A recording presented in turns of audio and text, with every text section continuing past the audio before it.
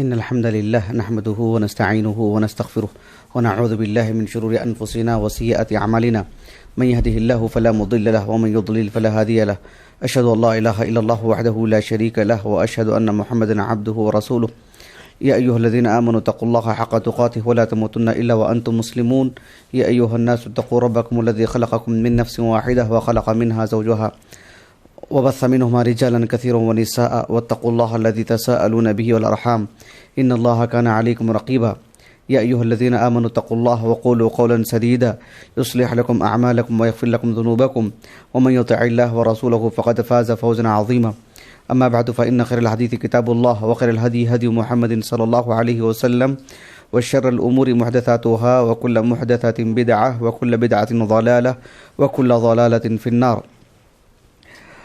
انشاءاللہ آج کا جو محاضرہ ہوگا نہایت مختصر ہوگا، ایک 40-45 منٹ کا، جس میں دو باتیں آپ کے سامنے رکھی جائیں گی انشاءاللہ. ہم جو کتابیں پڑھتے ہیں، کتابوں کا جو مطالعہ کرتے ہیں، تو یقیناً کتابوں کا مطالعہ اللہ سبحانہ و تعالیٰ کی طرف سے ایک دین ہے ایک طالب علم کے لیے. کتابوں کے مطالعے کی اہمیت پر، کتابوں کا مطالعہ کیسے کرنا چاہیے، ایک بڑا موضوع ہے اور یہ وقتی موضوع نہیں ہے، یہ اس کے لیے تدریب کی ضرورت پڑتی ہے، اور یہ چیز نظریاتی ہی نہیں ہے، نظریاتی سے بڑھ کر کے کہیں زیادہ تطبیق کی اس کی ضرورت پڑتی ہے. تو کتابوں کے مطالعے سے متعلق بہت کچھ کہا گیا ہے، لکھا گیا ہے، ضرورت اس بات کی ہوتی ہے کہ اس کی تطبیق ہو. تطبیق کے لیے ایک تو اللہ سبحانہ و تعالیٰ کی طرف سے توفیق چاہیے، اعلیٰ درجے کا ذہن چاہیے، اور اس کے لیے مکتبہ چاہیے، رہنما لوگ چاہیے. تو پھر سب چیزیں جمع ہو جائیں تو پھر اللہ سبحانہ و تعالیٰ کی توفیق سے کسی بھی طالب علم کی ترقی ہوتی ہے. لیکن کتابوں کو پڑھنے سے قبل کتابوں کے جو مقدمات ہوتے ہیں اس کی غیر معمولی اہمیت ہوتی ہے. میں نہیں سمجھتا کہ آپ میں سے کسی کے پیش نظر اس کی اہمیت نہ ہو ہی نہیں سکتا ہے. دنیا بھر کی کتابیں قطع نظر اسلامی ہوں، غیر اسلامی ہوں، حتیٰ کہ جو ہے منحرف طرح کی کتابیں ہوں، یا عام دینی مسائل سے متعلق ہوں، یا کاروبار اور سیاست کسی بھی موضوع سے متعلق ہوں، اور اس پر جو مقدمات ہوتے ہیں اس کی اہمیت دنیا بھر کے لوگوں کے سامنے ہے، کوئی اس کا انکار نہیں کر سکتا. سب اس کی رہنمائی کرتے ہیں، سب اس کی تلقین کرتے ہیں. ہم چھوٹی جماعتوں سے لے کر فراغت تک ہمارے اپنے اساتذہ سے ہم سنتے آ رہے ہیں، جامعہ دارالسلام عمر آباد میں دیگر اساتذہ سے، دیگر علماء سے، اور دنیا بھر کے علماء اساتذہ سب یہ بتلاتے رہتے ہیں کہ کتابوں کے مقدمات پڑھنا چاہیے. بہرحال میں اللہ تعالیٰ کی توفیق سے یہ میرے دل میں بات آئی اور میں مناسب سمجھا کہ یہ جو ایک دو لفظوں میں کہی جانے والی جو بات ہوتی ہے کہ کتابوں کے مقدمات، اس کو تھوڑا پھیلا کے بتلایا جائے، اس کی اہمیت کو مختلف گوشوں سے سمجھایا جائے، اور اس کے فوائد بھی مختلف پہلوؤں سے رکھے جائیں، تاکہ یہ موضوع ایک اچھی طرح موضوع بن کر کے سامنے آئے اور ہمارے پاس ایک اس کی یہ خود ایک رہنما بن جائے. یہ میرا مقصود تھا، اللہ تعالیٰ اسے قبول فرمائے. تو انشاءاللہ آج کے اس نشست میں دو باتیں آپ کے سامنے رکھی جائیں گی، جیسے کہ بالکل واضح ہے ہمارے موضوع سے کہ مقدمۃ الکتاب، پڑھنے کی اہمیت اور اس کے فوائد. پہلے ہم اہمیت جانیں گے انشاءاللہ، پھر ہم اس کے فوائد جانتے ہیں نہایت اختصار کے ساتھ. سب سے پہلی بات، یہ جو مقدمہ ہم جو کہتے ہیں عربی زبان کا لفظ ہے، معروف ہے. مقدمہ یہ ابن منظور رحمہ اللہ، ان کی جو شہرت یافتہ کتاب ہے لسان العرب، اس میں قاف دال میم کے مادے میں وہ لکھتے ہیں، یعنی قدمہ کے معنی آتے ہیں گویا کہ تقدمہ کے معنی میں. مقدمتن کہتے ہیں، المقدمہ کہتے ہیں یعنی الناصیہ، الجبہہ، جو انسان کے چہرے کا جو اوپری حصہ، سامنے کا جو حصہ ہوتا ہے، آغاز جو حصہ ہوتا ہے.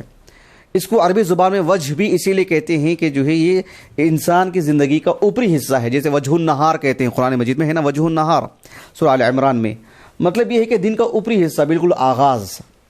تو مطلب یہ ہوا کہ وجہ اسی لیے کہتے ہیں کہ انسان کو جب ہم دیکھتے ہیں تو اس کا آغاز، اس کا اوپری حصہ، اس کی جو بنیادی جو چیز ہوتی ہے وہی دیکھ کر کے پہچان میں آتی ہے چیز.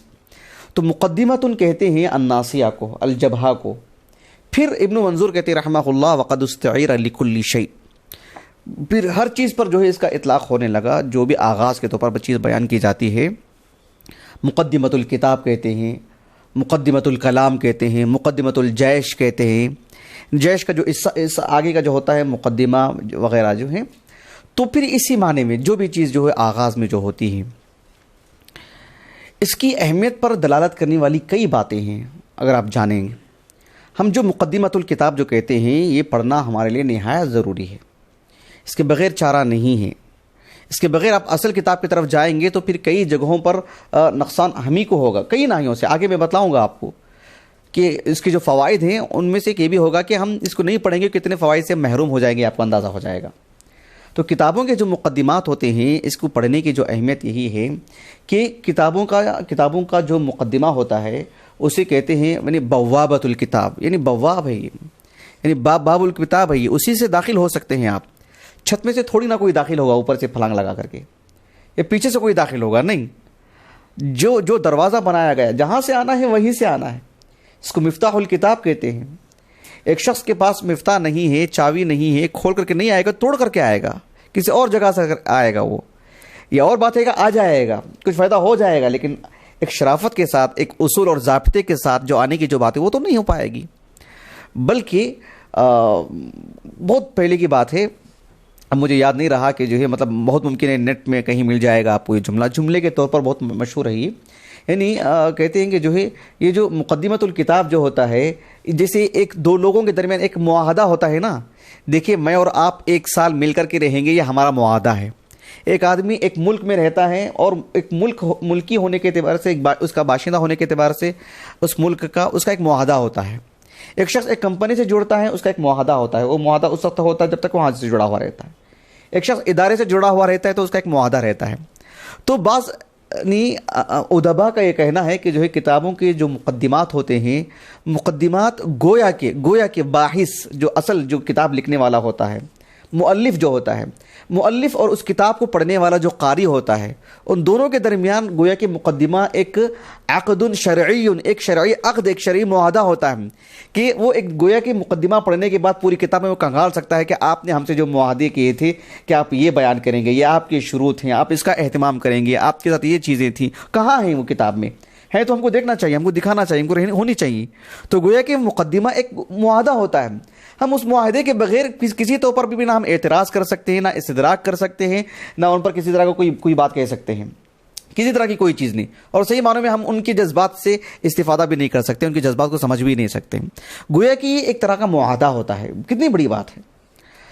تو ایک مقدمہ جو ہوتا ہے پوری کتاب کی اصل تصویر آپ کے سامنے رکھ دیتی ہے، ایک دقیق انداز میں کہ ایک مؤلف کیا کہنا چاہتا ہے، مؤلف کی کیا باتیں ہیں، مؤلف کی شروط کیا ہیں، سب آگے انشاءاللہ کچھ باتیں اور آپ کے سامنے آئیں گی۔ تو گویا کہ پوری کتاب کا جو لب لباب ہوتا ہے وہ گویا کہ قاری کے سامنے چند سطور میں یا چند صفحات میں آپ کے سامنے وہ رکھ دیتا ہے۔ عربی زبان میں ایک محاورہ ہے کہ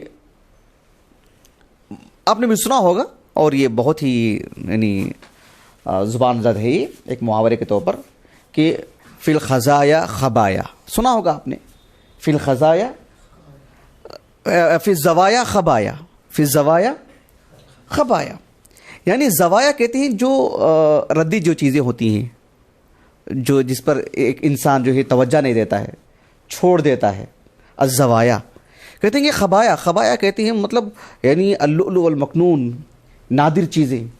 کہا کہ کسی چیز کو حقیر مت سمجھو۔ ایک کتاب ہوتی ہے 500 صفحات کی، اس کا مقدمہ ہوتا ہے 2 صفحے کا، ایک آدمی 2 صفحے کا مقدمہ چھوڑ دیتا ہے اور کتاب کی جو ہے اصل موضوع کی طرف لپکتا ہے اور جو ہے کنگھالنا شروع کرتا ہے، 2 صفحات کر کے اگر چھوڑ دیتا ہے، ایک صفحے کا بھی 5 سطور ہوتے ہیں، ایک آدمی اس پر کبھی توجہ دیتا نہیں، ہمیشہ کتاب کھول کے بیٹھا رہتا ہے۔ تو کہتے ہیں کہ فی الزوایا الخبایا، یعنی ردی سے ردی چیزوں میں بھی ذرا سا چن لیں گے تو بہت ساری اچھی چیزیں مل جاتی ہیں۔ ایک شخص کو دیکھو آپ، جو لوگ ہوتے ہیں، یعنی کچھ لوگوں کو دیکھا ہوگا ہاتھوں میں تھیلیاں ہوتی ہیں اور جہاں کوڑا کرکٹ ڈالا ہوا جاتا ہے وہاں جاتے ہیں اور ان کے کام کی نادر چیزیں مل جاتی ہیں، جس سے انہیں مطلب منہ ماں کی قیمت مل جاتی ہے، بڑی اچھی قیمت مل جاتی ہے، اس سے ان کا گزارا ہو جاتا ہے، اس سے وہ آگے کہیں ترقی کر لیتے ہیں، کچھ ایسی نادر چیزیں مل جاتی ہیں۔ تو مقدمہ جو ہوتا ہے اس میں وہ چیز مل جاتی ہے۔ کیوں میں بتا رہا ہوں میں آپ کو، مقدمے میں ضروری نہیں ہے کہ پوری کتاب سے متعلق جو بات ہے اسی سے متعلق وہ گفتگو کرے، وہ لگے ہاتھوں کچھ ایسی چیز دے بیٹھتے ہیں آپ کو جس سے جو آپ کو کہیں چیز نہیں ملے گی، آپ کو پوری کتاب میں بھی نہیں ملے گی، کہیں اور بھی نہیں ملے گی۔ تو مقدمات اگر آپ پڑھیں گے تو آپ کو معلوم ہوگا اتنی نادر چیزیں آپ کو مل جاتی ہیں جو اور مثال کے طور پر میزان الاعتدال دیکھ لیجیے آپ، امام ذہبی کے رحمہ اللہ، اس کے مقدمہ پڑھیے، وہ کہتے ہیں کہ جو ہم بولتے ہیں نا متقدمین متاخرین پڑھتے رہتے ہیں نا ہم لوگ، تو کہتے ہیں کہ 3 صدیاں ختم ہونے کے بعد جو ہے متاخرین کا دور شروع ہوتا ہے، وہ حد فاصل ہے، اس سے پہلے کے دور کو متقدمین کا دور کہتے ہیں۔ یہ چیز ایک موضوع کے تحت کہاں ملے گی آپ کو، اور نہ ہی میزان الاعتدال سے اس کا کوئی لگاؤ ہے اس موضوع سے متعلق، لیکن لگے ہاں تو ایک فائدہ دے دیتے ہیں۔ تو یہ جو چیزیں ہیں، اس طرح کی دسیوں چیزیں جو آپ مقدمات میں ملتے ہیں، جس کا تعلق ضروری نہیں کہ اصل موضوع سے ہو یا جو ہے پوری کتاب سے کہیں دور سے اس کا تعلق ہو، ضمناً کوئی چیز دے دیتے ہیں اور آپ کو کہیں نہیں ملے گی وہ چیز، ایک مؤلف کا دراسہ کہیں آپ کو 2 سطروں میں دے دیتے ہیں۔ تو اتنی نادر ترین چیزیں آپ کو مقدمات میں ملتے ہیں، تو مقدمات کی یہ اہمیت ہوتی ہے۔ بہرحال مقدمات جو ہوتے ہیں، یعنی ہمارے علماء کہتے ہیں کہ جو ہے جب بھی کتاب لیں تو کتاب کو جو ہے اس جگہ پر رکھنے سے پہلے 2 چیزیں پڑھ لیا کرو، ایک اس کا مقدمہ، ایک اس کی فہرست۔ سنا ہوگا آپ نے بھی، لیکن دیکھو کبھی ہمارے ہاتھ میں کتاب آتی ہے، ہم اٹھا کے رکھ دیتے ہیں اور زندگی بھر کے لیے کتاب رہ جاتی ہے، وہ پھر پڑھ نہیں پاتے ہیں۔ جب تک کتاب ہمارے سامنے رکھی ہوئی ہو، ہم نے مقدمہ پڑھ لیا ہے، تو پھر بہت بڑی بات ہوتی ہے، کیونکہ اس سے کافی ذہن کھلتا ہے، کئی چیزیں مل جاتی ہیں، موضوع سے متعلق بھی، ضمناً کئی مباحث سے بھی ہم واقف ہو جاتے ہیں۔ فہرست پڑھنے سے کبھی کبھار ہم جو کتاب کا موضوع ذہن میں رکھ کے جو سوچتے ہیں، اس سے کئی بڑھ کر کے زائد چیزیں وہ فہرست میں بیان کر دیتی ہیں، جو جو ہے کتاب کے اندر آئی رہتی ہیں، جیسے ایک موضوع کے تحت ہمیں نہیں معلوم ہوتی ہیں۔ تو یہ اس کے فوائد ہوتے ہیں، لیکن جب ہم کتاب رکھ دیتے ہیں تو پھر دیکھیں زمانے لگ جاتے ہیں وہ اٹھا کر کے پھر پڑھنے کے لیے۔ تو یہ موضوع کی کیا بولتے ہیں اہمیت ہے کہ مقدمۃ الکتاب پڑھنے کی کتنی اہمیت ہے۔ اب مزید اندازہ لگائیے کہ قرآن مجید میں بھی اللہ سبحانہ و تعالیٰ نے اصل موضوع کو بیان کرنے سے پہلے بھی بطور مقدمہ کوئی چیز پیش کرتا ہے رب العالمین خود قرآن مجید کے اندر۔ آپ کئی صورتیں اٹھا لیجئے، آپ سورہ یاسین پڑھیے، سورہ طٰہٰ پڑھیے، حوامیم پڑھیے، آپ دیگر صورتیں پڑھیے، سورۃ البقرہ پڑھیے، پوری غیبیات بھری پڑھی ہیں، الف لام میم ذالک الکتاب لا ریب فیہ ھدی للمتقین، ایک جو ہے ایک مقدمے کے طور پر۔ اس کے بعد اہل ایمان کون، منافق کون، کفار کون، پھر جو ہے کہاں سے ایمانیات کے باب میں کہاں سے خرابیاں آئیں، پورے ادیان، پورے فرق، جو کچھ بھی ایمان اور اس مبادی جو چیزیں ہیں اس میں جو انحراف آیا، سب کی بحث کی گئی پورے سورے کے اندر، تقریباً آدھا جز، آپ اندازہ لگائیے، ایک مقدمے کے طور پر۔ یہ اللہ سبحانہ و تعالیٰ نے کئی مقامات پر بالکل، حتیٰ کہ آپ دیکھ سکتے ہیں کہ ایک آیت کریمہ ہوتی ہے، ایک ہی آیت کریمہ کے اندر ایک اصل موضوع ایک مقدمے کے طور پر۔ مثلا دیکھیں آپ، حافظ بن کثیر رحمہ اللہ فرماتے ہیں، جو سورۃ البقرہ کی آیت کریمہ ہے، الم تر الی الذی حاج ابراہیم فی ربہ ان آتاہ اللہ الملک اذ قال ابراہیم ربی الذی یحیی ویمیت قال انا احیی وامیت قال ابراہیم فإن اللہ یأتی بالشمس من المشرق فأتی بها من المغرب فبہت الذی کفر واللہ لا یہدی القوم الظالمین۔ حافظ ابن کثیر رحمہ اللہ اس آیت کریمہ کی تفسیر میں کہتے ہیں کہ ابراہیم علیہ السلام کا جو پہلا قول ہے نا، کہ الم تر الی الذی حاج ابراہیم فی ربہ ان آتاہ اللہ الملک اذ قال ابراہیم ربی الذی یحیی ویمیت۔ ابن کثیر رحمہ اللہ کہتے ہیں کہ المقام الاول یکون کالمقدمہ للثانی۔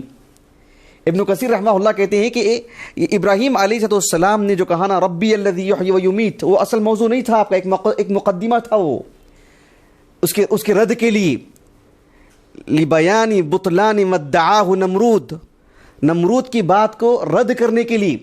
نمرود نے جو کہا نا انا احیی و امیت، یہ جو نمرود کی جو بات تھی، اس بات کو، اور ابراہیم علیہ السلام کی دوسری بات فإن اللہ یأتی بالشمس من المشرق فأتی بها من المغرب فبہت الذی کفر، ان ساری چیزوں کے لیے ایک مقدمے کے طور پر سامنے رکھی بات ابراہیم علیہ السلام نے کہ ربی الذی یحیی ویمیت۔ ابن کثیر نے کہا رحمہ اللہ المقام الاول، ابراہیم نے 2 باتیں کی تھی نا علیہ السلام، ایک ربی الذی یحیی ویمیت، ایک فإن اللہ یأتی بالشمس من المشرق، 2 باتیں آپ نے کی۔ کہا کہ پہلی بات آپ کا موضوع نہیں تھا، ایک مقدمہ تھا، موضوع کا مقدمہ۔ اصل موضوع تو وہ تھا جسے آپ کو مبہوت کرنا تھا نمرود کو، فإن اللہ یأتی بالشمس من المشرق، ٹھیک ہے، فأتی بها من المغرب، یہ اصل موضوع تھا آپ کا، ایک مقدمے کے طور پر آپ نے اس کو رکھا کہ دیکھیں گے کیا کہتا ہے، دیکھو پھر، تاکہ اچھی طرح ضبط کیا جائے اس کا۔ تو یہ ایک آیت کریمہ کے اندر ایک مقدمہ۔ الجزائر کے ایک بڑے عالم دین ہیں محمد ابن طاہر ابن عاشور رحمہ اللہ، بہت بڑے عالم دین، ان کی تفسیر پڑھ کر کے دیکھیے آپ، التحریر والتنویر، وہ کچھ اشعریت ہے ان کے اندر، صفات میں تعویل کرتے ہیں۔ اس کے علاوہ جو ہے عربی زبان کی اگر بات کرتے ہیں، وسعت معلومات کی اگر بات کرتے ہیں، ضابطے کے تحت بڑی عمدہ تفسیر التحریر والتنویر۔ اس میں انہوں نے لکھا ہے کہ وہ جو سورۃ النساء ہے اس میں آپ نے دیکھو کہ وراثت سے متعلق جو آیتیں ہیں، یوصیکم اللہ فی اولادکم للذکر مثل حظ الانثیین، کافی طویل آیت ہے. وَلَكُمْ نِصْفُ مَا تَرَكَ أَزْوَاجُكُمْ، اس کے بعد والی آیت کافی طویل آیت ہے. اس کے بعد سورہ نساء کے بالکل اواخر میں جا کر کے دیکھو آپ، یستفتونک قل اللہ یفتیکم فی الکلالہ، کافی طویل آیت ہے، چھوٹی آیت تو نہیں ہے. پھر سورۃ النساء کے اندر مزید آیتیں بھی ہیں جس میں جو ہے عرب معاشرے کی جو خرابیاں تھیں، جہاں عورتوں کو جو ہے مطلب یعنی ان کی وراثت کو یا دیگر چیزوں سے متعلق کراہت کیا جاتا تھا، زبردستی کی جاتی تھی ان کے تعلق سے. تو ان سب چیزوں کو بیان کرنے سے پہلے ابن عاشور رحمہ اللہ فرماتے ہیں کہ اس سے پہلے اللہ رب العالمین نے فرمایا للرجال نصیب مما ترک الوالدان والاقربون وللنساء نصیب مما ترک الوالدان والاقربون مما قل منه او کثر نصیبا مفروضا. کہا کہ ایک آیت کریمہ بیان کر دی گئی، اس کے بعد دیگر مباحث لائے گئے جس کا تعلق ضروری نہیں کہ وراثت ہی سے ہوں، دیگر آیتیں بھی آئیں. اس کے بعد یوصیکم اللہ طویل آیت. کہا کہ اس وراثت سے متعلق پورے موضوع کو بیان کرنے سے پہلے اجمالاً ایک آیت کریمہ کہا کہ جو ہے بطور مقدمہ کے پیش کر دیا گیا کہ للرجال نصیب مما ترک الوالدین والاقربون وللنساء مما نصیب مما ترک الوالدین والاقربون مما قل منه او کثر نصیبا مفروضا. ایک مقدمہ، اجمال، یعنی جاءت الآیت باجمال الحق والنصیب. کہا کہ آیت کریمہ میں اجمال کے ساتھ خواتین کی کچھ حقوق ہیں وراثت میں، مردوں کے کچھ حقوق ہیں وراثت میں، اس کو اجمالاً پیش کیا گیا کہ نصیبا مفروضا. پھر اس کے بعد اس کی پوری تفصیل آئی ہے. کہا کہ مقدمے کے طور پر ہے. اب دیکھو اللہ رب العالمین نے فرمایا الرجال قوامون علی النساء، مقدمہ ہے، مقدمہ یعنی رجال کو خواتین پر، نساء پر یک گونا اللہ تعالیٰ نے ایک حصہ رکھا ہے. وللرجال علیہن درجہ، کیوں؟ بما فضل اللہ بعضهم علی بعض وبما انفقوا من اموالہم، وبما انفقوا من اموالہم، یہ اصل موضوع ہے اس بنیاد پر. ورنہ محض یہ چیز کیوں لائی گئی؟ ایک مقدمے میں جو خلاصہ پیش کیا گیا کہ یہ تو حقیقی بات ہے کہ اللہ رب العالمین نے رجال کو نساء پر مقدم رکھا ہے، ایک درجہ عطا کیا ہے. اس کی تفصیلات کیا ہیں؟ اس کی تفصیلات آگے پیش کی گئی ہیں. اب دیکھو ایک آیت کریمہ ہے، میں آپ کو بتلانا چاہتا ہوں. اللہ سبحانہ و تعالیٰ نے فرمایا سورۃ التوبہ میں انما النسیء زیادۃ فی الکفر یضل به الذین کفروا یحلونہ عاما ویحرمونہ عاما لیواطئوا عدۃ ما حرم اللہ فیحلوا ما حرم اللہ زین لهم سوء اعمالہم واللہ لا یہدی القوم الکافرین. اس آیت کریمہ میں کیا بیان کیا گیا ہے؟ کیا بیان کیا گیا ہے؟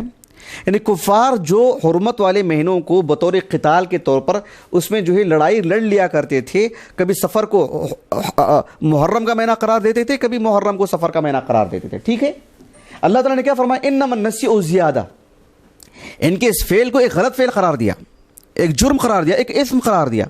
لیکن ان کے اس فعل کو برا بتلانے سے پہلے ایک مقدمہ، اہل علم کہتے ہیں کہ مقدمہ اللہ نے بیان کیا. کیا فرمایا؟ ان عدۃ الشہور عند اللہ 12 شہرا فی کتاب اللہ یوم خلق السماوات والارض منها 4 حرم ذلك الدین القیم. ایک مقدمہ ہے، تفصیلات کیا ہیں، ان چیزیں خرابی کیا ہوئی. انما النسیء زیادۃ فی الکفر، براہ راست ان کے اس برے عمل کو نہیں بیان کیا گیا، پہلے ایک مقدمہ، یہ اصل ہے ایک مقدمے کے طور پر کہ مقدمہ جو ہے مطلب موضوع سے متعلق بھی ہوتا ہے اور تقریباً باتیں اس کے اندر آ جاتی ہیں. یہ بات اگر قوت ہو تو پھر آپ رد کرنے میں، کسی بات بیان کرنے میں پھر آپ جم کر کے بیان کر سکتے ہیں. بہرحال تو اللہ سبحانہ و تعالیٰ نے فرمایا قرآن مجید میں کہ مقدمے کی بڑی اہمیت ہے. اہل علم کہتے ہیں کہ مقدمے کی اہمیت پر یہ آیت بھی دلالت کرتی ہے کہ وَأْتُوا الْبُيُوتَ مِنْ أَبْوَابِهَا. اللہ نے کیا فرمایا؟ وَأْتُوا الْبُيُوتَ مِنْ أَبْوَابِهَا. لوگ گھروں کو پیچھے سے آتے تھے نا، حج سے واپسی کے موقع پر گھروں کو پیچھے سے آتے تھے. لَيْسَ الْبِرُّ أَن تَأْتُوا الْبُيُوتَ مِنْ ظُهُورِهَا وَلَكِنَّ الْبِرَّ مَنِ اتَّقَىٰ. تو پھر وَأْتُوا الْبُيُوتَ مِنْ أَبْوَابِهَا، تو گھروں کو ان کے دروازوں سے آئیے. تو کتاب پڑھتے ہیں تو گویا کہ ایک کتاب ہے، وہ ایک گھر ہے، وہ ایک بیت ہے، وہ اس کا جو باب ہے اس کو وہاں سے آنا چاہیے. وَأْتُوا الْبُيُوتَ مِنْ أَبْوَابِهَا. مقدمہ پڑھیں پھر اس کے بعد اصل کتاب کی طرف جائیں. تو پھر ایک اصول اور ضابطہ تو یہی ہے. بہرحال ہم اپنے اصل موضوع پر آتے ہیں. تو سب سے پہلے میں آپ کو یہ بتلا دوں کہ مقدمات سے متعلق کہ قدیم جو ہمارے علماء تھے، میں ہماری 1400 سال کی تاریخ کی بات کر رہا ہوں خالص اسلامیات کے دائرے میں، کہ ہماری جو قدیم شخصیتیں ہیں، قدیم جو علماء ہیں، محدثین، فقہاء وغیرہ وغیرہ، آپ دیکھیے وہ کتابوں کا آغاز کرتے تھے تو اس میں کوئی خاص مقدمہ نہیں ہوا کرتا تھا. اللہ کی حمد و ثنا، رسول اللہ پر درود علیہ الصلاۃ والسلام، اور پھر جو ہے کتاب کا آغاز ہو جاتا تھا. کتاب اور ابواب، تراجم یہ شروع ہو جایا کرتے تھے. کوئی خاص مقدمہ نہیں ہوا کرتا تھا. ایک آدھ صفحے میں جو بات ہوتی تھی بس برائے نام 2-3 چیزیں ہوتی تھی, کوئی مقدمے کے طور پر کوئی چیز نہیں ہوا کرتی تھی. جیسے دیکھو آپ امام بخاری کو دیکھو, سنن اربعہ کو دیکھ لو آپ, امام بخاری کے صحیح بخاری کو, امام مسلم نے کافی مقدمہ طویل لکھا ہے, ہم بعد میں گفتگو کریں گے اس پر انشاءاللہ. تو یہ جو ہمارے اہل علم قدیم زمانے میں اکثر و بیشتر کتابیں ہم دیکھیں گے کہ مقدمات نہیں ہوا کرتے تھے. اسی لیے اہل علم کو اس بات کی حاجت ہوئی کہ امام بخاری رحمہ اللہ سے متعلق, کہ رجال سے متعلق, متون سے متعلق, اسانید سے متعلق, تراجم سے متعلق, دیگر چیزوں سے متعلق کہیں کوئی چیز بیان نہیں کیا آپ نے, جس کی وجہ سے اہل علم نے استخراج کیا. ایک تو کچھ چیزیں امام بخاری کے دور میں تو عام تھی, رجال سے متعلق امام بخاری کے شروط کیا ہیں وہ اس دور میں تو عام تھی. آپ نے پیش کیا تھا نا علی بن المدینی کو, یحییٰ بن معین کو, احمد بن حنبل کو, ابو زرع الرازی کو اور دیگر اہل علم کو رحمہم اللہ اجمعین, اسحاق بن راہویہ وغیرہ کو آپ کے مشائخ میں سے. تو مطلب گویا کہ وہ چیزیں عام تھیں, ان کے ذہنوں میں تھیں وہ, لیکن ماں باپ کے لوگوں کے لیے مشکل تھی. تو باقاعدہ استخراج کر کے اہل علم میں بیان کیا کہ امام بخاری کے شروط کیا ہیں. چیز واضح تھی نا, امام بخاری کے شروط کیا ہیں لکھے ہوئے نہیں ہیں. امام مسلم رحمہ اللہ نے عنعنہ سے متعلق مقدمے میں جو ہی کچھ گفتگو کی. کیوں گفتگو کی؟ آپ کو پتا تھا کہ امام بخاری کے شروط کیا ہیں. امام بخاری نے اپنے مقدمے میں تو نہیں بیان کیا نا, لیکن امام مسلم کو معروف چیز ہے وہ. لیکن ماں باپ کے لوگوں کے لیے یہ چیز معروف نہیں ہے, جس کی وجہ سے استخراج کرنا پڑا, الگ سے لکھنا پڑا کہ امام بخاری کے پاس رجال کے طبقات کیا ہیں, امام بخاری رحمہ اللہ کے پاس جو ہے شروط کیا ہیں, تراجم میں آپ کا نہج کیا ہے. سب چیزیں بعد میں تو کی گئی ہیں. تو قدیم علماء کے پاس ایسا معاملہ نہیں تھا. لیکن جب اصطلاحات نئی اصطلاحات آئیں, اصطلاحات بڑھ گئے اور مفاہیم کچھ ایسے تھے کہ لوگوں کے لیے خطا کی گنجائش تھی, تو ان مفاہیم کی درستگی کے لیے کہ یہ مفاہیم کیا ہیں, یہ اصطلاحات کیا ہیں, پھر جو ہے مطلب اور کیا چیزیں ہیں, کوئی کچھ دوسرا معنی نہ لے کچھ اور چیز نہ کر دے, تو جس کی وجہ سے یہ سب کرنے پڑے کہ جو ہے نہیں یہ شرائط ہیں, یہ جو ہے مطلب. تو مقدمات بعد میں پھر جو ہے اس کا خاص اہتمام کیا گیا. ایسی بات نہیں ہے کہ امام بخاری کے دور میں جو کتابیں لکھی گئیں رحمہ اللہ, یعنی مطلب مقدمات نہیں لکھے جاتے تھے. بات ایسی نہیں ہے, مطلب مقدمات نہیں لکھے جاتے تھے, لیکن لکھنے والوں نے لکھے بھی ہیں. ہم آگے گفتگو کریں گے انشاءاللہ. تو یہ ایک چیز ہے, یہ بھی اپنے پیش نظر رکھیے کہ ہر کتاب سے متعلق مقدمہ ہوگا ہی. ایسا نہیں ہے کہ جو ہے مقدمات پڑھنے سے متعلق ہر کتاب کا آغاز کھول کے دیکھیں کہ مقدمہ کیا ہے مؤلف کا. ایسا ہونا کوئی ضروری نہیں ہے. مقدمات کے تعلق سے اہمیت پر بات ہو چکی ہے. اب اس سے ہم مستفید کیسے ہوں گے, اس کے فوائد کیا ہیں, اس کو جاننے سے پہلے ایک سرسری طور پر ہم جائزہ لے لیتے ہیں کہ مقدمات میں کیا کیا چیزیں ہوتی ہیں, تاکہ ہمیں اس کی خبر ہو کہ مقدمات میں کون سی باتیں ہوتی ہیں. مقدمات میں موضوع کا تعارف ہوتا ہے, بتلاتے جائیے آپ لوگ بھی. موضوع کا تعارف ہوتا ہے, موضوع کو کیوں انتخاب کیا گیا ہے, یہ بھی ایک چیز ہوتی ہے. اور کیا چیزیں ہوتی ہیں, کیا جو ایک خطہ ہوتا ہے, خطۃ البحث ہوتا ہے, اور منہج ہوتا ہے مؤلف کا کہ کیا نہج انہوں نے اختیار کیا ہے, مؤلف کی شروط کیا ہیں, مؤلف کو کیا کیا صعوبتوں سے مواجہت کرنی پڑی ہے, یہ بھی چیزیں آتی ہیں. اور مؤلف نے اس موضوع کے لیے کن مصادر کو سامنے رکھا ہے, کن مصادر سے استفادہ کیا ہے, وہ بھی اس کا ضمن جو ہے ذکر ہو جاتا ہے. اور کیا باتیں ہوتی ہیں جی, وہ بھی ایک چیز ہوتی ہے کہ اس میں کس کا جو ہے مطلب عمل دخل رہا ہے, یا کسی کے سوال کی بنیاد پر میں نے کتاب لکھی ہے, کسی کے اشارے پر, یا کسی کے لیے میں نے پیش کرنے کے لیے میں نے کی ہے, یا اللہ نے میرے دل میں الہام ڈالی ہے, یا لوگوں نے مجھ پہ بابر اصرار کیا ہے. ایسی مختلف باتیں ہمارے سامنے آتی رہتی ہیں. چلیے جی, اور کیا ہوتا ہے جی, ہاں مقاصد سب اس کے اندر پیش نظر آ جاتی ہیں. بات واضح ہوگی آپ کو. یہ جب چیزیں ہمارے سامنے آتی ہیں تو اب بات سمجھنے میں کچھ انشاءاللہ آسانی ہو جاتی ہے کہ مقدمات سے ہم کیسے فائدہ اٹھاتے ہیں. دیکھیں, یہ جو مقدمات ہوتے ہیں, آپ غور کیجئے کہ مقدمات جو ہوتے ہیں عمومی طور پر 2 طرح کے ہوتے ہیں جن کتابوں میں مقدمات لکھی جاتی ہیں. کچھ مقدمات ہوتے ہیں جو بالکل ہی مختصر ہوتے ہیں, بالکل ہی مختصر. مثلا کسی کتاب کا حوالہ دیجئے جس میں مقدمہ ہو اور بہت ہی وہ مختصر رہا ہے, انشاءاللہ ان کو ہم انعام دیں گے. جی, اور یعنی کسی مستقل کوئی کتاب ہو اور اس کتاب کے مؤلف نے یعنی اپنا مقدمہ لکھا ہو اور نہایت اختصار کے ساتھ. کسی کتاب کا مقدمہ مثلا شیخ نے ایک بات کہی ہے, اور کوئی مثال, جیسے مثلا برصغیر مثال, تاکہ بات سب کو سمجھ میں آئے اس لیے میں بتا رہا ہوں. آپ بلوغ المرام من ادلۃ الاحکام کو دیکھ لیجئے, حافظ ابن حجر کے رحمہ اللہ. دنیا بھر میں شہرت یافتہ کتاب ہے، مقبول ترین کتاب ہے الحمدللہ اللہ کے فضل و کرم سے۔ اس کا مقدمہ دیکھیے کتنا جامع ہے اور کتنا مختصر ہے، کتنی باتیں آپ نے رکھ دی ہیں اس کے اندر، ماشاءاللہ آپ کو انعام ملے گا انشاءاللہ۔ لیکن جو ہے ایک مشہور کتاب کا میں چاہ رہا تھا کہ اس کتاب کا نام آئے، جس سے سب کے پاس، کیونکہ آج کل اللہ کے فضل و کرم سے خاص کر ہم سلفی حضرات کی بات کرتے ہیں ہندوستان میں، تو کافی جگہوں پر بنگلور میں اور حیدرآباد وغیرہ میں جو ہے بلوغ المرام کے دروس ہوتے ہیں من ادلۃ الاحکام حافظ بن حجر رحمہ اللہ کی، اور یقیناً جو ہے اس کے دروس کیسے ہوں گے مقدمہ پڑھے بغیر؟ تو جو ہے اس کا مقدمہ آپ دیکھیں کتنا آپ کے پاس اس کا مغز ہے، کیا کیا باتیں ہیں اس کے اندر۔ ہاں میں چاہ رہا تھا کہ جو ہے بلوغ المرام من ادلۃ الاحکام کا ایک مقدمہ جو ہے مستقل اس پر ایک درس ہو، کیونکہ اس کے اندر کئی مفید باتیں ہیں ماشاءاللہ۔ ایک تو بلوغ المرام سے متعلق بھی ہیں، ضمناً بھی ایک دو باتیں ہیں جو بہت مفید ہیں ایک طالب علم کے لیے، میں بتلاؤں گا آپ کو انشاءاللہ۔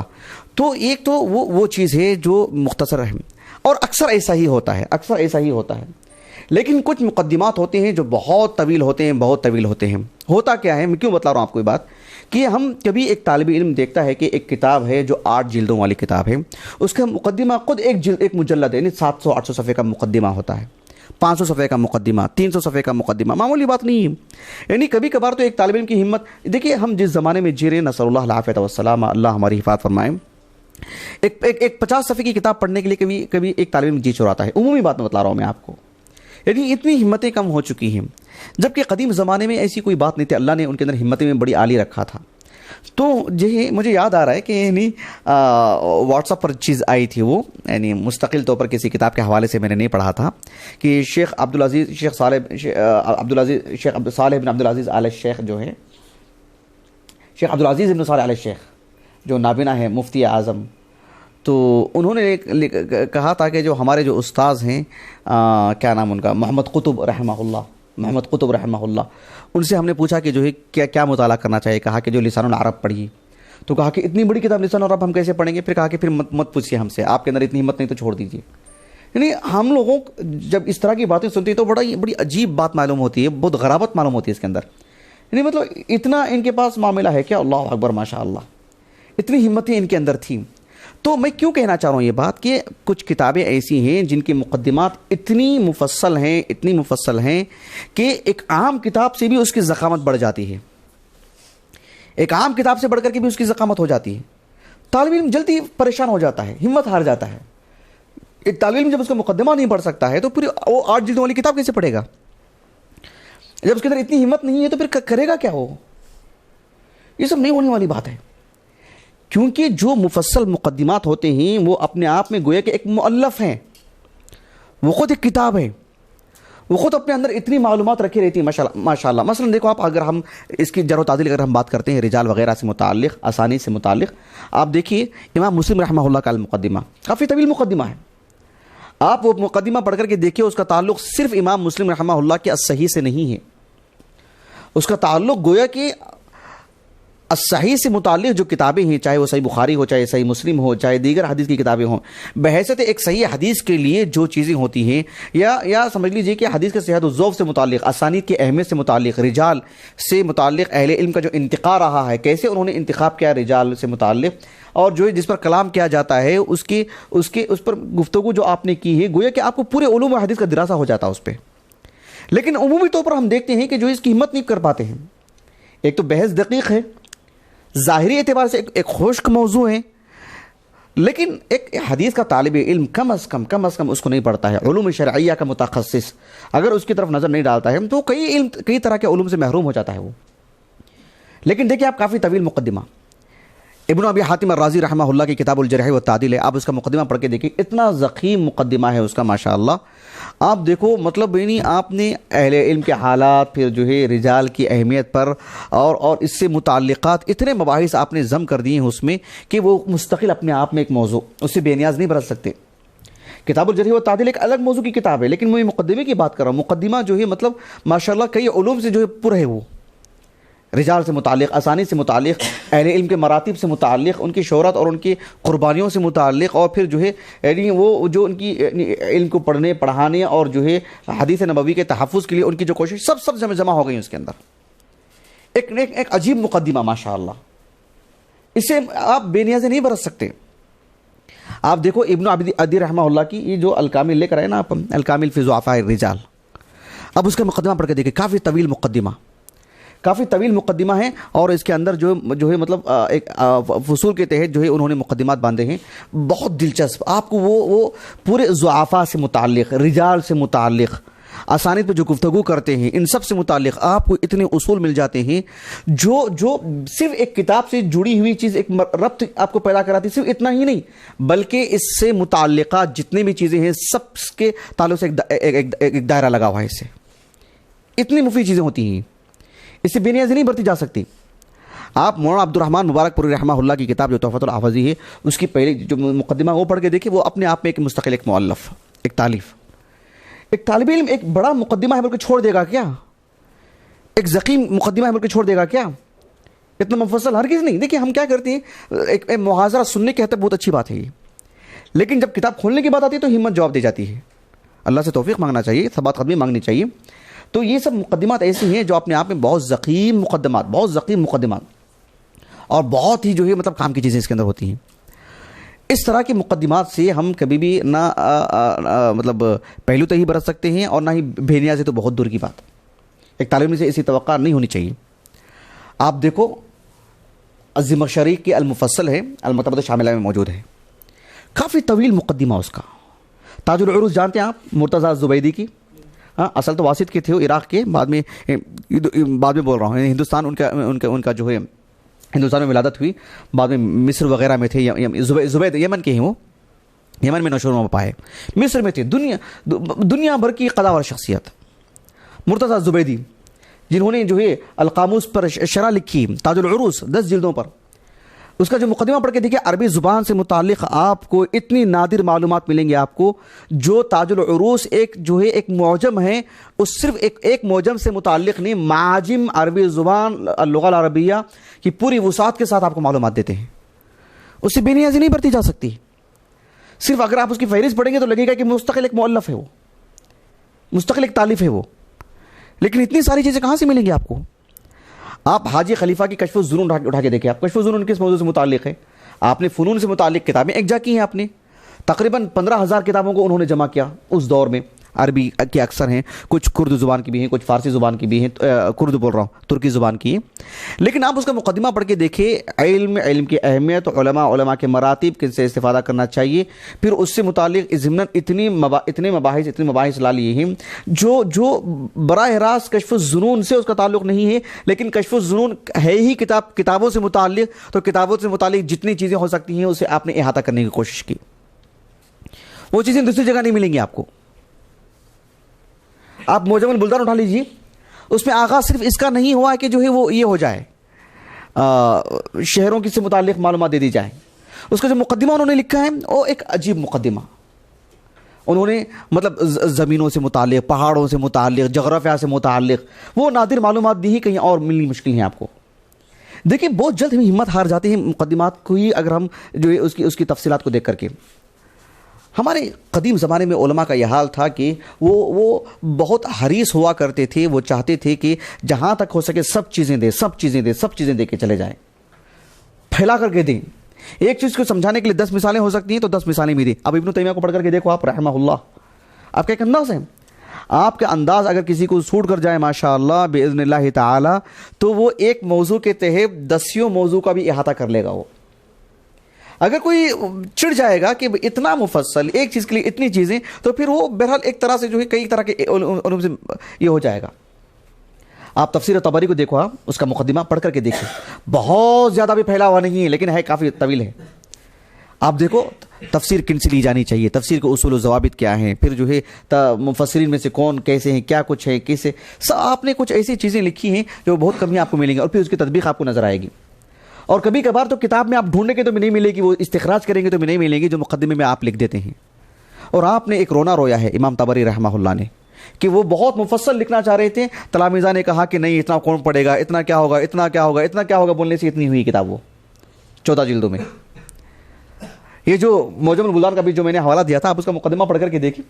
یہ جو صاحب ہیں یعقوب الحموی، ابو عبداللہ یعقوب الحموی، 626 ہجری سن وفات ہے ان کا، 574 ہجری سن ولادت ہے. اصلاً روم کے تھے، خیر مجھے ان کا ترجمہ نہیں پیش کرنا ہے. یہ مختلف شہروں میں جایا کرتے تھے. اصل میں ایک تاجر نے خرید لیا تھا ان کو، ابراہیم ابن عساکر نام کے، تو ان کے پاس تھے، تو تجارت کے لیے مختلف علاقوں میں جاتے، تو ایک علاقے سے دوسرے علاقے کو جاتے، لوگ تلفظ صحیح نہیں بولتے تھے شہر کا.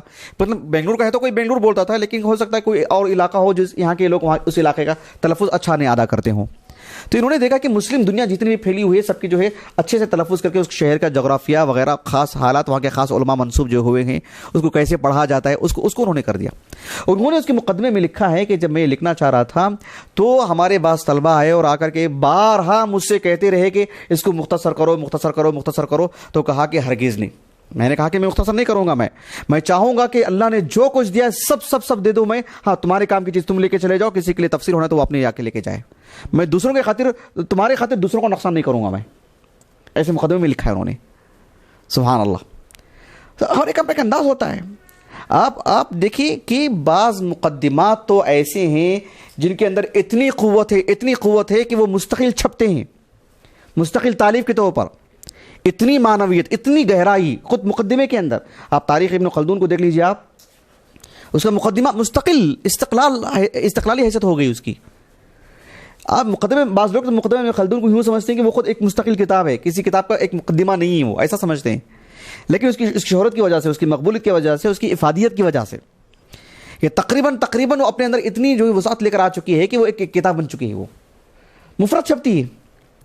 آپ دیکھو المستخرج علی صحیح مسلم جو ہے نا ہمارے پاس، ابو نعیم الاصبہانی کی رحمہ اللہ، اس کا مقدمہ اہل علم نے اتنا پسند کیا، ضعفاء پر جو آپ نے لکھا ہے مقدمہ، اہل علم نے اتنا پسند کیا اس کا، اور اتنی شہرت ہوئی اس مقدمے کو کہ وہ کتاب الضعفاء کے نام سے الگ سے چھپتی ہے. بعض لوگ سمجھتے ہیں کہ مستقل تالیف ہے، نہیں، وہ اس کا مقدمہ ہے، وہ اس کی شہرت کی وجہ سے.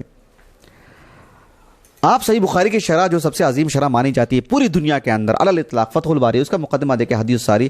اتنا نادر مقدمہ کہ آدمی مطلب کبھی کبھار تو جو ہے مطلب فہرست پڑھ کے تھک جاتا ہے. فہرست پڑھ کے، میں موضوع پڑھ کے نہیں بول رہا ہوں، میں فہرست پڑھ کے بول رہا ہوں. اتنا دیا ہے آپ نے اس کے اندر. اگر اسے کوئی کم از کم فہرست ہی پڑھ لیتا ہے تو اس کا اتنا ذہن کھل جاتا ہے صحیح بخاری سے متعلق، فتح الباری سے متعلق، میرے خصوص امام بخاری کے صحیح سے متعلق، ضمن علوم الحدیث سب آ جاتے ہیں اس کے اندر. تو یہ ان کی شہرت ہے، ان کا مقام ہے. ایسے ہم مقدمات سے بے نیازی نہیں برت سکتے. ہوگا تو نقصان ہمارا ہی ہوگا، ہم مستفید نہیں ہو سکتے. آپ دیکھو حافظ ابن الصلاح کو رحمہ اللہ، جنہوں نے معرفت علوم الحدیث آپ نے لکھا، سمجھ رہے ہیں آپ. لیکن پورے علوم الحدیث جتنی بھی کتابیں ہیں، متون سے متعلق، رجال سے متعلق، مصطلح الحدیث سے متعلق، شروحات حدیث سے متعلق، طبقات سے متعلق، یعنی ایک علوم الحدیث سے متعلق جتنے بھی علوم حدیث کے جتنے بھی علوم ہیں سبوں سے متعلق آپ کی کتاب گویا کہ ایک مقدمہ بن گئی. آپ کی مقدمہ تو ابن الصلاح کے نام سے مشہور ہو گئی، یعنی گویا کہ وہ کتاب ہی مقدمہ بن گئی پورے علوم کے لیے، فن حدیث کے لیے. فن حدیث کے طور پر ایک مقدمہ، یعنی پورا فن حدیث جو ہے نا اس کے لیے ایک مقدمے کی حیثیت ہو گئی، اس کی اتنی شہرت اسی نام سے مشہور ہو گئی. تو یہ کتابوں کی وہ معنویت ہیں، اسے ہم بے نیازی نہیں برت سکتے. شیخ البانی رحمہ اللہ کی سلسلۃ الاحادیث الصحیحہ، سلسلۃ الاحادیث الضعیفہ، اس میں آپ دیکھو کہ یا تو آپ صرف پہلی جلد اٹھائیے مت، سلسلۃ الاحادیث الصحیحہ کی صحیحہ کی پہلی جلد، سلسلۃ الاحادیث الضعیفہ کی پہلی جلد کھول کے مقدمہ پڑھ لے رہے ہیں، نہیں، بلکہ اس کے دیگر مجلدات میں بھی کچھ مقدمات ہوتے ہیں، وہ بھی کبھی دیکھیے. اور شیخ البانی کی تقریباً کتابوں سے متعلق جو خصائص ہیں ان کی کتابوں کی، ایک بہت اہم خصوصیت کسی نے اس کی جانب رہنمائی کی ہو، میں نے ایک سطر کے طور پر پڑھ کے میں کہہ رہا ہوں نہیں، یہ میں اپنی طرف سے کہہ رہا ہوں یہ بات، اس لیے کہ علمی امانت کے طور پر ہم کسی کی طرف منسوب نہیں کر سکتے کہ ان کی کتابوں کی خصائص میں سے کسی نے اس کو ذکر کیا ہے کہ مجھے نہیں معلوم ہے. لیکن میں اپنے تئیں یہ بات بتا رہا ہوں کہ جو شیخ البانی رحمہ اللہ کی کتابوں کی خصائص میں سے ایک بات یہ بھی ہے کہ آپ کی کتابوں کی مقدمات، کیونکہ شیخ البانی رحمہ اللہ نظریاتی عالم نہیں ہے. آپ نے جو کتابوں میں مطلب جو اہل علم کے اصول اور ضوابط ہیں اس کی تطبیق شیخ البانی کی کتابیں، آپ ایک لفظ میں بھی کہہ سکتے تھے نا یہ حدیث صحیح ہے، یہ حدیث ضعیف ہے، ہو سکتا تھا نا. امام ترمذی رحمہ اللہ کے ذہن میں سب باتیں تھیں نا، لیکن آپ نے ھذا حدیث صحیح غریب وغیرہ آپ نے لکھا ہے کہ نہیں، لیکن سب باتیں تو آپ کے ذہن میں تھی نا، تفصیلات، لیکن آپ نے تو نہیں لکھی تفصیلات وہاں پر. آپ نے امام بخاری رحمہ اللہ کے ذہن میں سب تفصیلات تھیں، لیکن آپ نے حدیث لالی، وہ خود کافی ہے اس کے صحت کے لیے. لیکن شیخ البانی رحمہ اللہ کا معاملہ کیا ہے، اسی لیے شیخ البانی کے مقابل دوسروں کی جو بات ہوتی ہے، جو آدھے صفحے میں جو تحقیق پیش کرتی ہیں، آپ 5 صفحے میں وہ چیز پیش کرتی ہیں پوری تفصیل کے ساتھ. جیسے شرح صدر ہو جاتا ہے تو شیخ البانی رحمہ اللہ تطبیق میں وسعت دیتے ہیں، مطلب پوری وسعت، ہر طرح کی چیز ملے گی آپ کو تطبیق کے طور پر۔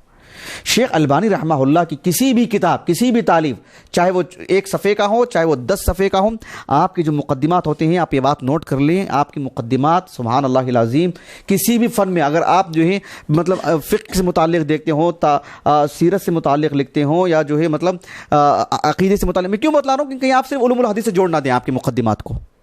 آپ کی مقدمات جو دیگر آپ کی کتابیں ہیں، کسی بھی کتاب کا آپ کو جو مقدمہ ہے، مثال کے طور پر العقیدہ الطحاویہ ہے، شرح العقیدہ الطحاویہ ابن ابی العز الحنفی کی، جس میں آپ کا مقدمہ ہے کم و بیش میرے انداز سے 50-60 صفحے کا ہے، اتنی نادر معلومات سبحان اللہ العظیم، اب پڑھ کر کے دیکھو آپ، کہیں اور چیزیں نہیں ملیں گی آپ کو۔ تو یہ چیزیں مقدمات جو ہوتے ہیں، خاص کر شیخ البانی کی رحمہ اللہ علوم الحدیث میں تو ہے گی، تمام المنہ کا مقدمہ پڑھ کر کے دیکھیے آپ نے کتنے اصول پیش کر دیا آپ نے، اللہ اکبر۔ الجامع الصغیر، صحیح الجامع الصغیر کا مقدمہ پڑھ کر کے دیکھیں آپ نے، صحیح جو حدیث کے تخریج وغیرہ میں جو آپ نے کسی حدیث کو پہلے لگا دیتے ہیں کہ حدیث صحیح ہے، ایک حکم لگا دیتے ہیں، پھر یہ حدیث صحیح بخاری میں ہے، مسلم میں ہے وغیرہ کر کے بھی لکھتے ہیں آپ، تو پھر حدیث صحیح بخاری میں تو آپ کون ہوتے ہیں اس کے تخریج کرنے والے؟ ایک ایسا اعتراض کیا گیا آپ پر، آپ نے اس کا کتنی اچھی بات لکھی اس کے تعلق سے آپ نے، کہ وہ مفہوم نہیں ہے شیخ البانی کا جو لوگ اور سمجھ رہے ہیں۔ تو آپ کو جو ہے شیخ البانی کی مقدمات جو بھی ہوں کسی بھی قبیل سے، مقدمات بہت نادر ہوتے ہیں آپ کے ماشاءاللہ، بہت مطلب پر رہتے ہیں، مطلب مختلف ناحیوں سے، اللہ اکبر، شیخ البانی رحمہ اللہ سے متعلق۔ تو یہ مقدمات سے متعلق جو انواع ہیں میں نے آپ کے سامنے رکھے ہیں، تو یہ جو ہے ان سب کے جو تاریخ بغداد ہے اس کا مقدمہ میں نے کل رات میں بیٹھ کے پڑھ رہا تھا، سبحان اللہ، بہت نادر، عجیب، یعنی آپ کے مطلب وہ تصورات وہ باتیں نہیں آتی ہیں کہ جو یہ چیزیں ہو سکتی ہیں، وہ آپ پڑھ کر دیکھا نا کہ تاریخ بغداد کافی دنوں سے رکھ دینے کے بعد پھر مقدمہ ہاتھ نہیں آتا ہے، تو ایک بہانہ تھا اللہ کی توفیق سے جو ابھی ہم نے پڑھ لیا۔ آخری بات میرے موضوع سے متعلق کہ اس سے جو ہم دیکھیں یہ سب فوائد ہیں پڑھنے سے جو ہم کو چیزیں ملتی ہیں، ایک چیز جو پیش نظر رکھنا چاہیے مقدمہ پڑھتے وقت کہ جو کتابیں جو تالیف جو ہوتی ہیں، مطلب کوئی بھی کتاب لکھتے ہیں تو وہ اہل علم نے مطلب استقراء کیا، اس کا کشف الظنون کے مقدمے میں بھی بات لکھی ہوئی ہے، اور یہ چیز بہت مشہور ہے، بات صرف کشف الظنون کی نہیں، کافی لوگوں نے اس تعلق سے رہنمائی کی ہے۔ بات یہ ہے جو کتابیں جو لکھی جاتی ہیں، کہا کہ وہ اس کی جو تالیف جو ہوتی ہے کہ وہ 7 طرح کی ہوتی ہیں، کتنی؟ 7 طرح کی۔ مقدمات پڑھنے سے پہلے یہ بھی چیز اگر ہمارے پیش نظر ہو تو پھر بات بہت آسانی سے سمجھ میں آتی، جلدی ہم مستفید ہو سکتے ہیں اور زیادہ مستفید ہو سکتے ہیں۔ مقدمات پڑھنے سے پہلے اگر یہ چیز پیش نظر ہو کہ کس موضوع سے متعلق کتابیں لکھی جاتی ہیں، مطلب 7 ناحیوں سے لکھی جاتی ہیں، موضوع سے متعلق نہیں، 7 پہلو ہیں اس کے۔ ایک پہلو یہ ہے کہ کتاب کبھی لکھی جاتی ہے، ایک اللہ سبحانہ وتعالیٰ کسی کے دل میں بات ڈالتا ہے، کوئی انوکھا موضوع آتا ہے، اس کا کوئی سابق نہیں ہوتا ہے، جیسے امام بخاری کا الجامع الصحیح ہے مثلا، تو اس کا کوئی سابق نہیں ہوتا ہے، جیسے ہمارے پاس وہاں کتاب رکھی ہوئی الاجماع فی التفسیر، الاجماع فی التفسیر، اس کے مقدمے میں انہوں نے لکھا ہے کہ جو ہے ہم نہیں سمجھتے کہ اس موضوع سے متعلق پہلے کبھی کتاب لکھی گئی ہو، کہ ایسا بھی کسی کو خیال آیا ہو کہ الاجماع فی التفسیر اس پر بھی کتاب ہو سکتی ہے، کہ قرآن مجید کی وہ آیتیں یا آیتوں کی وہ قطعات جس پر اجماع ہوا ہو اسے اکٹھا کیا جائے۔ مطلب ایک جو اختراعی بات ہے، ایک نادر بات ہے۔ آپ دیکھو یاقوت الحموی کی جو کتاب ہے یعنی معجم البلدان، اس کے مقدمے میں انہوں نے لکھا ہے، اور کشف الظنون اٹھا کے دیکھیے اس کے مقدمے میں انہوں نے لکھا ہے کہ جو ہے یہ چیز سب سے زیادہ نقصان پہنچاتی ہے ایک طالب علم کو، کہ ما ترک الاولون للآخرین، کہ پہلے والوں نے بعد والوں کے لیے کچھ بھی نہیں چھوڑ کے گئے۔ کہا کہ یہ چیز سب سے زیادہ نقصان پہنچاتی ہے۔ کیوں انہوں نے یہ بات لکھی؟ کہا کہ ہم نے ایک نئے موضوع سے متعلق لکھا، اس سے پہلے کسی نے لکھا ہے کیا؟ اس بنیاد پر انہوں نے بات لکھی۔ کشف الظنون ایک نادر کتاب ہے اپنے موضوع سے متعلق، پورے 1000 سال کی تاریخ ان کا جو انہوں نے جمع کر دیا ہے کتابوں کی صورت میں، کہ کس موضوع سے متعلق اکٹھا کر دیا، استدراک کیا جا سکتا ہے اس پر، کئی موضوعات چھوڑ دیا انہوں نے۔ اولیت اٹھا لیجیے، جو الابانہ کی فہرست میں الابانہ ابن بطہ کی لکھائی نہیں انہوں نے، ایک الگ چیز ہے، لیکن اس موضوع سے متعلق آپ نے ایک سوچنے کا ایک ڈھنگ دیا سامنے والے کو، اور آپ نے مقدمے میں لکھا، کہا کہ ما ترک الاولون للآخرین، یہ کم ترک الاولون للآخرین، ایسا بولنا چاہیے۔ ہمارے پاس کتنے موضوعات باقی ہیں، ایک اختراعی چیز۔ آپ خاص کر جامعہ اسلامیہ کو دیکھ لیجئے، اللہ تعالیٰ اس کو سربلندی عطا فرمائے، اللہ سبحانہ و تعالیٰ اس سے دین کی خدمت لیتا رہے۔ وہاں جو مادی سطر کے جو دکتورا کے جو رسالے ہوتے رہتے ہیں، آپ ان کے مقدمات پڑھ کر کے دیکھیے کہ ہر ایک جو ہے باحث یہی لکھتے ہیں کہ یہ موضوع کو اختیار بھی ہم نے اس لیے کیا کہ ہماری معلومات میں اس موضوع سے متعلق ہم سے پہلے کسی نے کہا ہو، لکھا ہو، کچھ ہو، ہمارے معلومات میں نہیں ہے، اس لیے میں نے اس موضوع کا انتخاب کیا کہ میں اس کا پہلا رہوں، اس لیے میں نے اس پر جو کام کیا۔ ہاں کچھ چیزیں آئی ہیں لیکن جو میں نے موضوع لیا ہے وہ اس سے میل نہیں کھاتی ہیں، دور دور کی کتابیں ہیں وہ، اس طرح کی چیزیں، سمجھ رہے ہیں آپ؟ تو یہ ایک چیز ہوتی ہے، میں اس میں پھیلا کے نہیں بات کرنا چاہ رہا ہوں، آپ اہل علم سمجھ لیتے ہیں اس بات کو۔ ایک دوسرا ہوتا ہے پہلو تالیف کا، وہ ہوتا ہے شروحات کا، یعنی کوئی کتاب ہے متن کے طور پر اس کی شرح کی درکار ہے، تو آپ مقدمہ پڑھتے وقت پیش نظر رکھنا چاہیے کہ شرح سے متعلق اس میں باتیں آئیں گی۔ ایک پہلو ہوتا ہے تالیفات کا، وہ ہوتا ہے کوئی کتاب ہوتی ہے ناقص رہتی ہے، اسے کوئی مکمل کرنا چاہتا ہے، تو آپ جب اس کا مقدمہ پڑھیں گے تو وہی رنگ نظر آئے گا آپ کو، اسی سے متعلق کافی باتیں الگ الگ پہلو سے ملیں گے آپ کو۔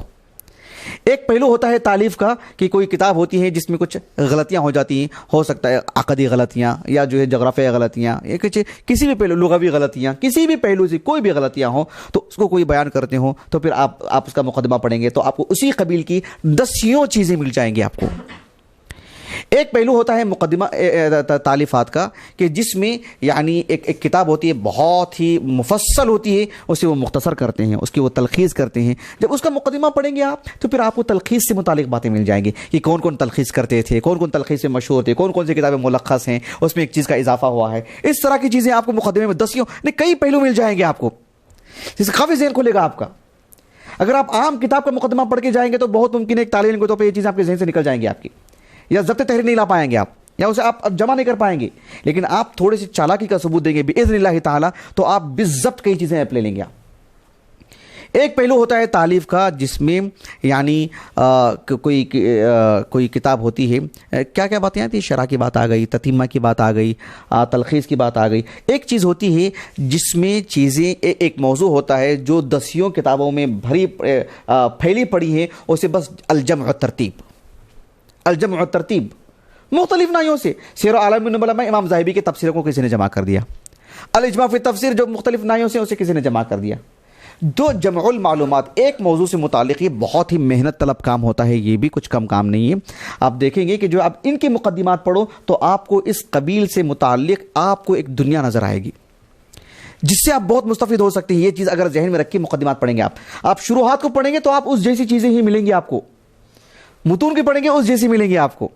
تو یہ تالیفات کا ایک نظام ہے جسے استقراء کر کے ایک ترتیب دیا گیا ہے، آپ اس ناحیے سے جا کے پڑھیں گے تو آپ بہت مالا مال ہوں گے آپ۔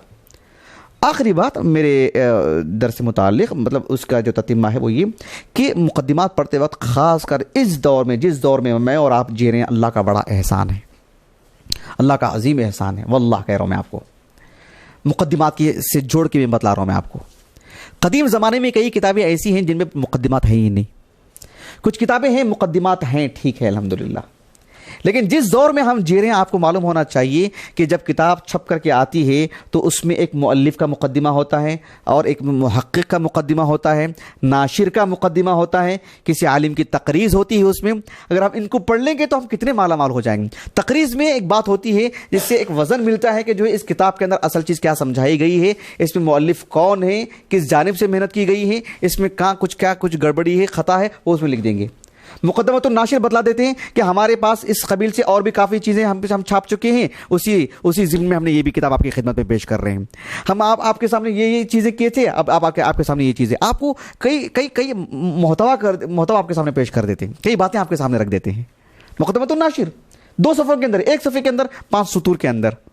پھر مقدمۃ التحقیق، اگر آپ مقدمۃ التحقیق محقق جب پڑھیں گے آپ تو وہ تو آپ کو اس فن سے متعلق پوری دنیا گھما دیں گے، آپ کو پوری دنیا، اس میں ان کا ترجمہ آپ کے سامنے ہو جائے گا، ان کی زندگی آپ کے سامنے ہو جائے گی، ان کی خدمات آپ کے سامنے ہو جائیں گی، اس قبیل سے متعلق 1400 سال کی تاریخ کی خدمات آپ کے سامنے رکھ دیں گے، اور بہت کچھ، میں پوری دنیا، یہ اس دور کی خصائص میں سے اللہ کا احسان ہے الحمدللہ۔ یہ آپ کو اس سے پہلے کبھی نہیں ملتی تھی یہ چیز جو آج کے زمانے میں ہے، یہ آج ہی کے زمانے میں۔ اگر آپ تاریخ بغداد اٹھائیں گے تو آپ کو مقدمۃ التحقیق پڑھ کے دیکھیے، آپ کو کیا ملے گا، میں کیسے بولوں آپ کو، اللہ اکبر، زبان قاصر ہے میری، میرے پاس وہ جگر نہیں ہے میں آپ کو سمجھا سکوں. آپ البدایہ والنہایہ اٹھا کے دکھائیے, دیکھیے آپ اس کا مقدمہ پڑھ کے دیکھیے. تہذیب الکمال اٹھائیے, اس کا مقدمہ پڑھ کے دیکھیے. تفسیر ابن کثیر جو نئی چھپ رہی ہیں ان کی مقدمات پڑھ کے دیکھیے. آپ کو ایک اس دنیا کی, اس موضوع کی ایک دنیا ملے گی آپ کو. ابھی میں جب اس موضوع سے متعلق ڈھونڈ رہا تھا تو مجھے ایک کتاب ملی کہ جامع المقدمات العلمیہ. کتاب کا نام کیا ہے؟ جامع المقدمات العلمیہ, جس کے مصنف ہیں ابو یعلا البیضاوی حفظہ اللہ. انہوں نے کیا کیا اس میں, وہ حدیث سے متعلق بہت دلچسپی ان کو, بہت شوق ان کو. انہوں نے کہا کہ اتنا بڑا مکتبہ ہے ہمارا کہ جس کی وجہ سے میں کبھی جرح و تعدیل سے متعلق کتاب اٹھا لو اس کا مقدمہ پڑھنے کے لیے, طبقات سے متعلق وہ اٹھاؤں اس کا مقدمہ پڑھنے کے لیے, کتنی کتابیں لے کے جاؤں, کتنا پڑھوں میں, کہاں سے اٹھاؤں. تو انہوں نے کیا کیا کہ جو ہے یعنی جتنے بھی فن حدیث سے متعلق ہیں سب کے مقدمات کو اکٹھا کر دیا. متون, شروحات, طبقات, رجال, تخریج, اسانی سے متعلق اور جو ہے مطلب ثقات, ضعفاء سے متعلق جتنی کتابیں ہو سکتی ہیں سب کی مقدمات کو, تاکہ مجھے ایک ساتھ ایک جلد میں ایک مجلد سارے مقدمات اکٹھا ہوں, تاکہ مجھے کسی چیز سے مطلب رجوع کرنا ہو تو میں اس کتاب کو اٹھا کے مقدمہ پڑھ لوں آسانی کے ساتھ. وہ نیٹ پر اویلیبل نہیں ہے. میں کتاب کو ڈاؤن لوڈ کرنے کے لیے میں بہت کھنگالا, بہت ڈھونڈا, مجھے چیز نہیں مل سکی. وہ اس کا ایک حصہ میرے پاس نصیب ہوا تو جو ہے بہرحال اس میں مطلب کتابوں کے مقدمات ہیں اس میں, ہمارے موضوع سے متعلق کوئی بات نہیں تھی, کتابوں کے مقدمات ہیں اس میں. دیکھیے کتنا نادر کام انہوں نے کیا ماشاء اللہ. آپ میں سے کوئی اٹھ کے اس تاریخ سے متعلق کر دے, کوئی تفاسیر سے متعلق کر دے, بس آپ کو مقدمات اکٹھے کرنے ہیں. کتنی چھوٹی چیزیں لیکن کتنا فائدہ پہنچا دے رہے ہیں آپ ماشاء اللہ.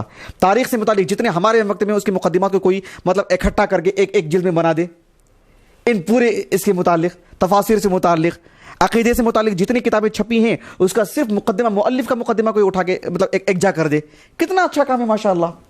دیکھیں انہوں نے اپنی ذات کے لیے کیا انہوں نے, لیکن وہ پوری دنیا کے لیے مفید ہو گیا. وہ یہ چیزیں ہوتی ہیں. بہرحال میں اپنی بات کو ختم کر رہا ہوں انشاءاللہ. دیکھیے یہ بات بھی ہمارے پیش نظر ہونا چاہیے کہ مقدمہ بہت مفید ہوتا ہے, لیکن بعض لوگوں کو ہم دیکھتے ہیں کتابیں آتی ہیں, مقدمہ پڑھتے ہیں, رکھ دیتے ہیں. مقدمہ اصل کتاب سے کبھی بھی بے نیاز نہیں کر سکتا. مقدمہ میں کچھ ایسی باتیں ہوتی ہیں جو اصل کتاب میں نہیں ہوتی, لیکن اصل کتاب ہے, مقدمہ کبھی بھی اس سے بے نیاز نہیں کرا سکتا. بات واضح ہوگی آپ کو. اصل کتاب ہے, مقدمہ بھلے ہی مقدمہ 500 صفحے کا ہو, اصل کتاب سے کبھی بھی بے نیاز نہیں ہو سکتے ہیں. چلیے انشاءاللہ ہم اپنی بات کو ختم کر دیں. اس سے ملتا جلتا کوئی سوال ہے؟ میں سمجھتا ہوں شاید نہیں ہوگا. ہاں احسن اللہ علیکم. کوئی سوال ہے؟ ٹھیک ہے انشاءاللہ. تو دیکھیے یہ ہماری ایک سوچ تھی اللہ کی توفیق سے. اس میں میں سب چیزوں کا احاطہ کر کے آپ کے سامنے رکھوں, کوئی ضروری نہیں تھا. جتنی باتیں میں جمع کر سکا, ذہنی باتیں کچھ جوڑ کے کرنے کی, میں نے آپ کے سامنے رکھے ہیں. اس سے بھی بہت زیادہ باتیں ہو سکتی ہیں. اصل چیز وہ نہیں ہے, اصل چیز مقدمات کی اہمیت اور اس کے استفادے کا طریقہ اور فائدے کی چیزیں تھیں. اللہ تعالیٰ سے دعا ہے کہ اللہ تعالیٰ ہمیں جو تراث علمی ہے, جو دین کے نشر و اشاعت میں جو کتابیں آ رہی ہیں, اللہ تعالیٰ ہمیں پڑھنے اور طاقت کے بقدر اس پر عمل کرنے اور اپنے لیے جنت حاصل کرنے کے اللہ ہمیں توفیق عطا فرمائے. اللہ کی رضامندی کا اللہ ذریعہ بنا دے. ہم خود مفید ہوں اور مسلمانوں کے لیے, اہل اسلام کے لیے اللہ تعالیٰ ہمیں مفید سے مفید بنائے اور ہم خود بھی مستفید ہوں اس سے. آمین. سبحانک اللہم و بحمدک, اشہد ان لا الہ الا